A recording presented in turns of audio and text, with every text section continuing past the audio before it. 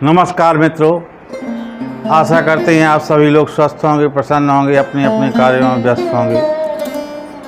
मित्रों, चर्चा हो आलखंड की और पृथ्वीराज के दल की कोई चर्चा ना हो, ऐसा कैसे संभव है।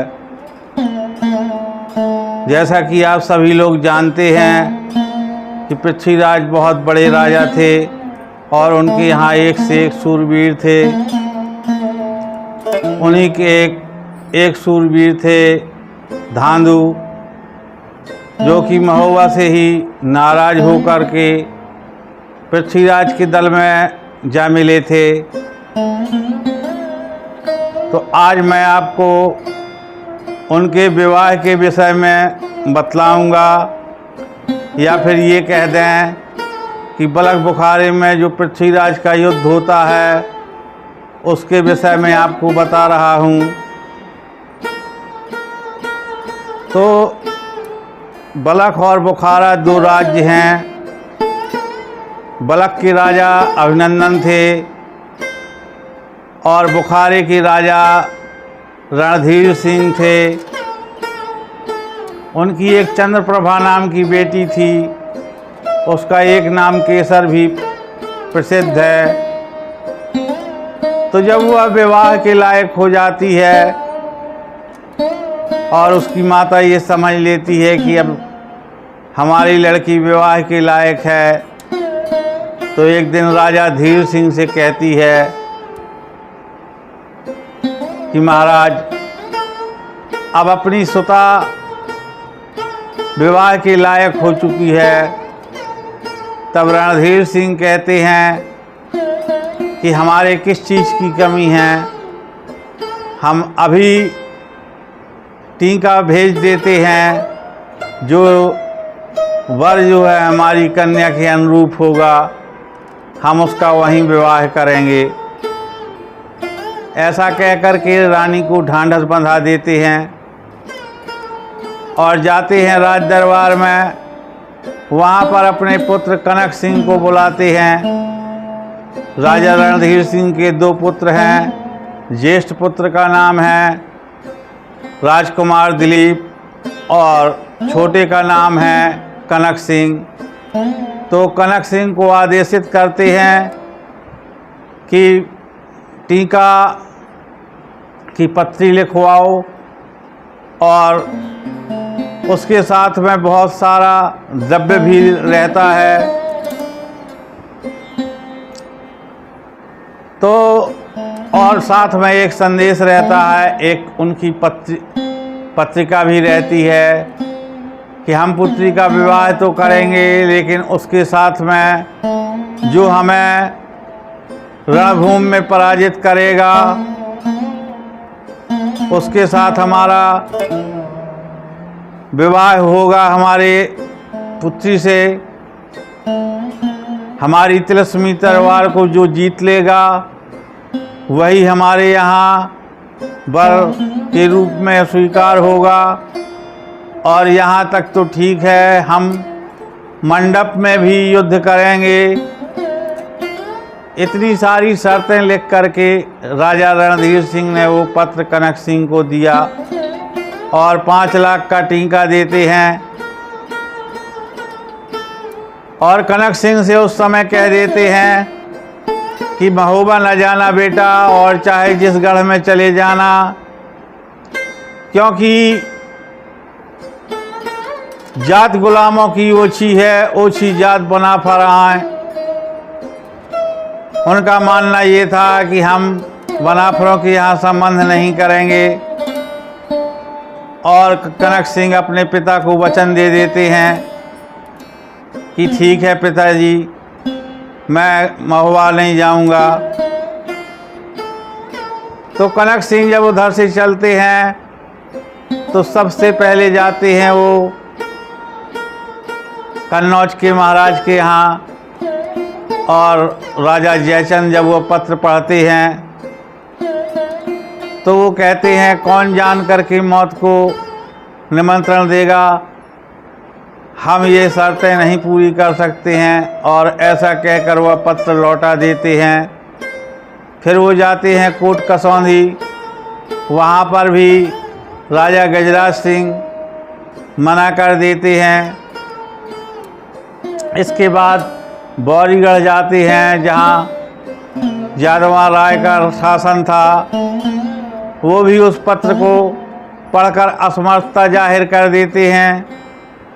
इसके बाद वो नेपाली राजा के यहाँ जाते हैं, यानी कि जिधर आरा की ससुराल थी। वो भी पत्र को पढ़कर मना कर देते हैं। फिर जाते हैं वो राजा नरपत सिंह के यहाँ, यानी नरवड़गढ़। वो भी अस्वीकार कर देते हैं। लक्कड़ राजा कुदरकोट के थे, उनके यहाँ भी जाते हैं। वो भी उस टीका को स्वीकार नहीं करते हैं। यानी कि इस प्रकार वो 4 महीने में बावनगढ़ में भ्रमण कराते हैं और उनका कहीं पर भी विवाह पक्का नहीं होता।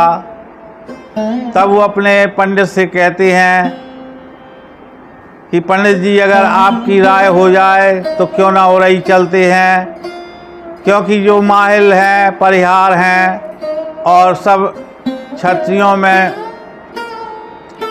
बड़े बताए जाते हैं, बड़ा भाई माना गया है परिहार को, तो क्यों ना हम आप उरई चल करके माहिल के लड़के अभय के यहाँ संबंध तय कर दें। ये बात पंडित को भी अच्छी लगती है और वो उधर से उरई का रुख करते हैं।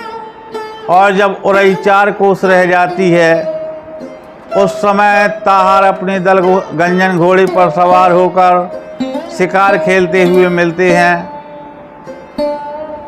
तब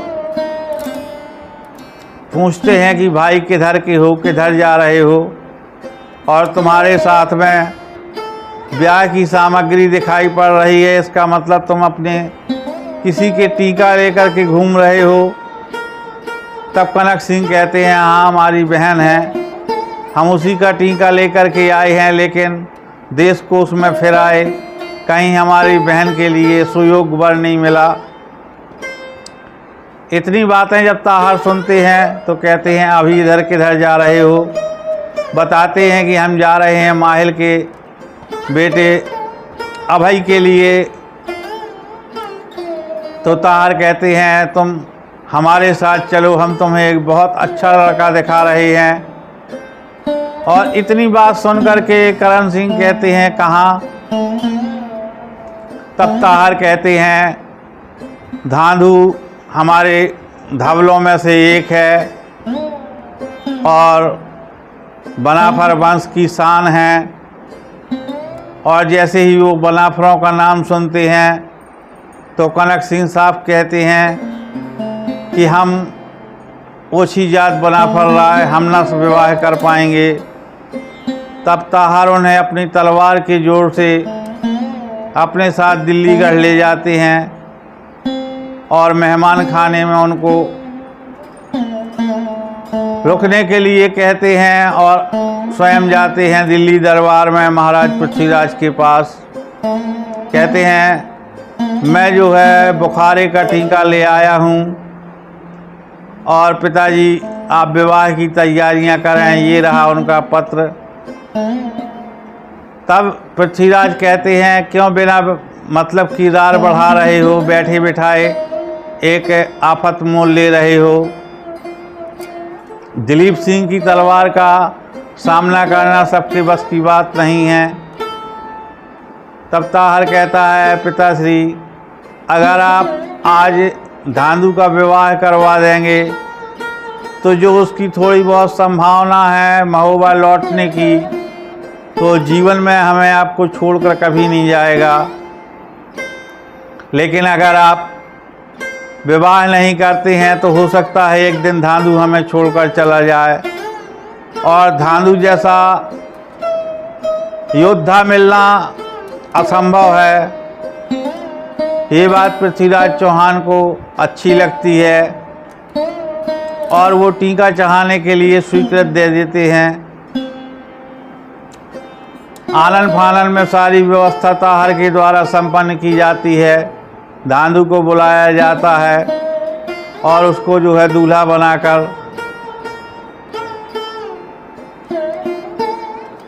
बना करके उस चौक पे बैठा दिया जाता है। कनक सिंह आते हैं और सारा जो है कार्यक्रम होता है। उसके बाद में कनक सिंह जब जाने लगते हैं तो ताहर कहते हैं माघ महीना की 13 में आएंगे हम। और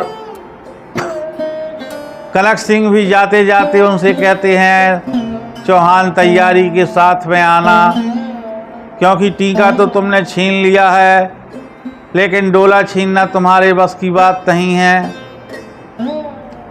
और इतना कहकर कनक सिंह वहाँ से चले जाते हैं। समयांतराल पर समय आता है। तब ताहर कहते हैं महाराज पृथ्वीराज क्या आप भूल गए, अब वो ब्याह का समय आ चुका है, इसलिए प्रस्थान की तैयारियां की जाएं। पृथ्वीराज भी सारी तैयारियां करने का आदेश दे देते हैं और बारात की तैयारियां होने लगती हैं। यानी कि रसद आदि जो पहले से जगह जगह पर रखी जाती है, सारी रसद पहुंचने लगी। जो हथियार खराब थे उनको सही किया जाने लगा। इस प्रकार से बहुत बड़ी तैयारी हुई और वो समय आ पहुंचा जब बारात को जो है प्रस्थान करना था। तब धांधु के सब नेंगचार जो है दिल्ली परिवार के द्वारा ही किए जाते हैं। जो बेला रानी थी पृथ्वीराज की पुत्री, वो रायनून उतारती है धांधु का। माता अगमा कुआं ब्याहने की रस्म में कुएं में पैर लटकाती हैं। तब धांधु अपना प्राण नेंग देते हैं कि माता मैं आपकी कभी हुक्मदूली नहीं करूँगा और मैं आपका हमेशा ऋणी रहूँगा। अगमा रानी भी उसको वरदान देती हैं कि पुत्र तुम्हारा कभी वार न खाली जाएगा और अपने गले से लगाती हैं। इसके पश्चात बारात प्रस्थान करती है बलक बुखारे के लिए और 8 दिन की मंजिल करके बारात पहुंच जाती है बुखारे शहर में। अब इसके आगे का वृत्तांत हम आपको अगले वीडियो में बतलाएंगे। आपको यहाँ तक की ये कहानी कैसी लगी आप लोग अपने कमेंटों से ज़रूर बताएं। अगर चैनल पर नए हैं तो सब्सक्राइब करें। आप सभी लोग यहाँ तक बने रहे इसके लिए बहुत बहुत धन्यवाद। नमस्कार।